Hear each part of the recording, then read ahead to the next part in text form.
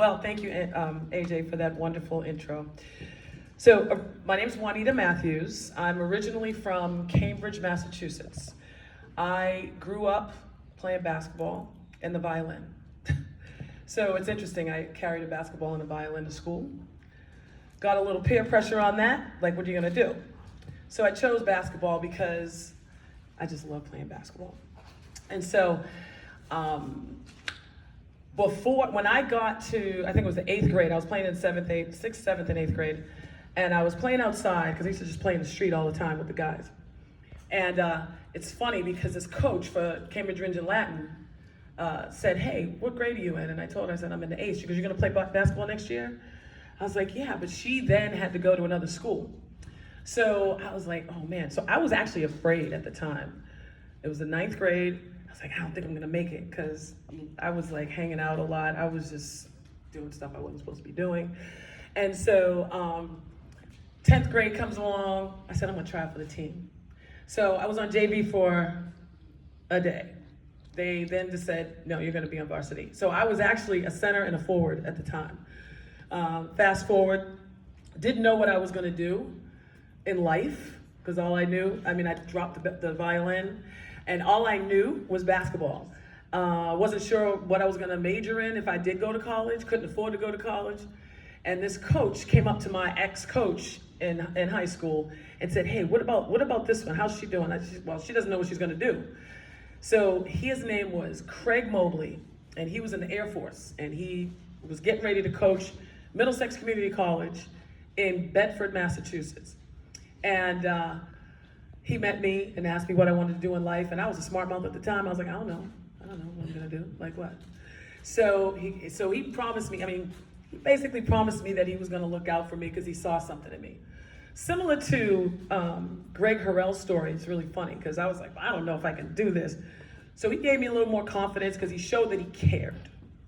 And I didn't feel like adults showed me that they really cared. I thought they were full of it. I was like, yeah, right, you don't really care about me. I could tell, it's a vibe thing. But I didn't call it that when I was a kid. When you're a kid, you'd be surprised how much they understand if you really care about them. And so as a kid, I'm like, this guy, let me check him out first, And then he started showing me that he really did care. So I decided I was gonna go to the school. And he said, listen, you keep playing like this, I'm gonna get you scholarship offers. Well, I ended up being a National Junior College All-American because of him. I dunked the ball in practice. I never did it in a game because I was scared to do it in a game. I was like, I don't know if I could get up there, like everybody's watching. It was weird. So then I had 25 scholarship offers to D1 schools, D2 schools. And I'll never forget, the first school that I went to for a visit was Merrimack College in Andover, Massachusetts. It's a Division II school, and I was like, I'm not playing Division II. If I can get one, I'm gonna go to Division I. But I out of respect, and that was the first one, I went to the school to visit. And the funny thing is I went to a hockey game. I was like, hockey? I was like, okay, I'll watch it. Hockey is actually really fun to watch. It can get pretty exciting, the fighting and all that stuff too, but it was, that was fun. But so anyway, I kindly told them, had to turn it down. I had offers from Syracuse and West Virginia and UMass Amherst, and I picked UMass Amherst because that coach cared about me. So I'm starting to getting a pattern of people that are like really putting time into me because they really cared. So I'm like, I'm gonna respect this person. She used to come to all my games, and I'll never forget one of the games she came to. I had did this new thing, creative visualization. There was a book by Shakti Gawain, and I was like, let me visualize me playing the whole game and everything. I scored 41 points in that game as a point guard. The coach is sitting over there, all kinds of coaches were sitting over there. And but I really focused on her because she didn't just look at me like an athlete. She looked at me as a person. She looked at me like someone to invest time in because she's got something. Similar to what Alex said, similar to what Greg said. It's just, when you're younger and you're always fighting and you're always in fighting situations, it was always fighting in my house. And like what the young woman that just left said about, you never know what a kid's going through. You don't even know if they ate. You don't know if there was a fight that morning before they went to school. That's what was going on. So I was angry, so I took it out on other kids. And I was a mess in school. I mean, if somebody was sitting in front of me, I'm like tapping them on the shoulder, messing around. Teacher would look at him and say, "What are you doing?" "Oh, she's talking about." I didn't do anything. It was to get attention because I wasn't getting that the way I needed to get it, except when I was playing basketball. So time goes on. I'm at University of Massachusetts in Amherst, and I had an offer to play overseas in Ireland. I was like, Ireland? Are there black people in Ireland? Like, I didn't know at the time. And so I called my mother. I was like, "Hey, I got this opportunity to go to Ireland. What do you think I should do?" "No, don't go." I was like, "Okay." What? So I realized I probably should have did it because that would have took me to where I wanted to go, which was Italy at the time because there was no WNBA. So fast forward, I finished college, got out of school, got a regular job, won a trip to Hawaii off a radio station because I was looking for another job. So anyway, my point of bringing all this up is that I realized in life, this is why I love kids so much. Love the babies. My goal and what I've been doing most of my life in everything that I do is inspire children how to recognize their own power. I didn't realize I had that. And people would say, "You got so much talent, and I'm like, huh? I realize power comes from the heart, and it's a connection between the heart and the mind, if you think about it. When AJ told me about Love is the Answer, and he asked me some questions before he even told me about it. He's like, "What's your goal? What do you want to do?" I said, "I want to inspire people to recognize their power." And so the coolest thing about that is that there's two ways to look at it. There's power versus force. Now there's power and force too, but that's more ego. And so what I like to teach people, because I had to learn that myself and how it made me get to where I'm at now and where I'm going. Power is a spiritual thing. It's your heart and your mind connection and loving on people. Because if you want love, you got to give love. You can't just expect to get love and you're a jerk or you're acting like a jerk. So I realized from growing up when I had an attitude problem and when I didn't have an attitude problem, and what happened when I had an attitude problem, and what beautiful things happened when I didn't. When my attitude was beautiful, was great, was, "Here, how can I help you?" Love, that acronym. Learn, be open-minded, volunteer, and empower. That's what God put us on the earth to do. It's just that simple. And so it's our duty as parents to instill in our children that they have power. I never told my son he was bad. I never told him that. I never told him that you're going to be like this when you grow up, other than you can do anything you want. You can, but it starts with being. It's be, do, have. It's not do and then have and then be. It's be, do, have.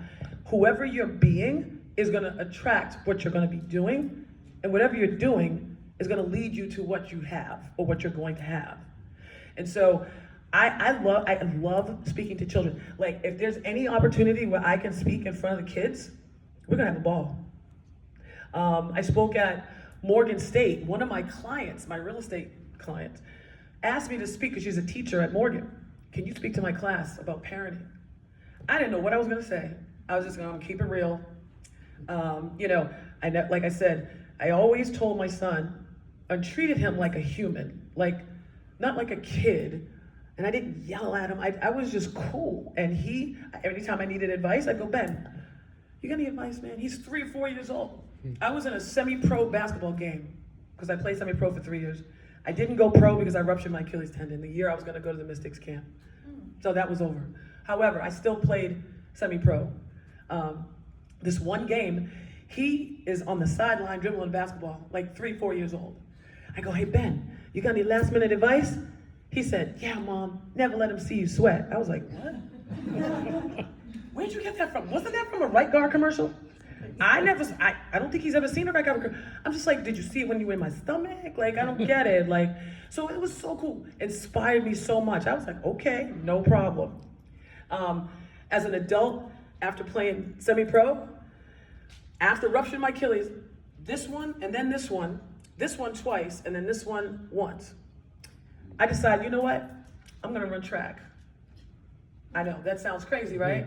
People would say, wait, you ruptured your Achilles tendon. I'm like, failure is not an option, and I don't know what you're talking about. I'm gonna do this. I was doing the Army 10 miler, and then I was like, this is taking too long. I wanna run fast. So I joined the USA track and field for old people. And so, I mean, I was, 48? It was 2012. 2011, my son was in the Penn Relays, and I was talking to his coach, and I said, I want to do that because I saw all these old people running in the Penn Relays. I was like, wait a minute, I can do this.